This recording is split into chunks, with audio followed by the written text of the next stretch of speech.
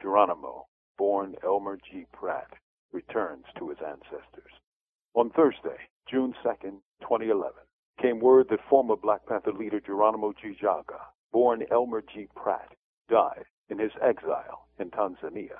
Geronimo's life was one of intense and almost total warfare, from battles in his youth on behalf of the U.S. Empire in Vietnam, to his return to the States where he joined the L.A. chapter of the Black Panther Party and fought for his people.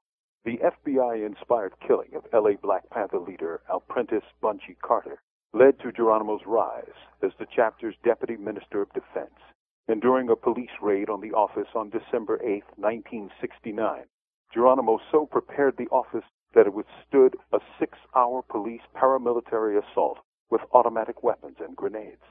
Geronimo's prominence and shine in the shadow of Hollywood so disturbed the state, local, and federal governments that they framed him for a murder it was impossible for him to commit and sent him to prison for 27 years.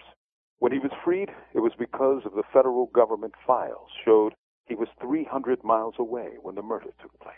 And the state's chief witness was not only an LAPD undercover agent, but a snitch for the DA's office and the LA Sheriff, the agency that formerly employed him.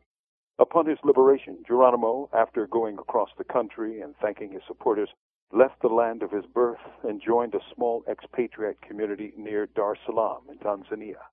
Like several other ex-Panthers, he could never trust his life nor his freedom to the American government.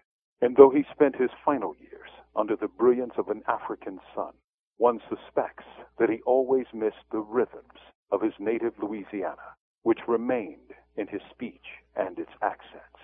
It was in Louisiana, after all, where he learned about black armed self-defense, for this was fertile ground for the Deacons for Defense, an armed body which resisted and forcibly discouraged Ku Klux Klan violence.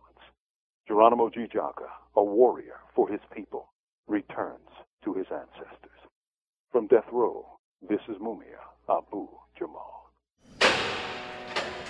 These commentaries are recorded by Noel Hanrahan of Prison Radio.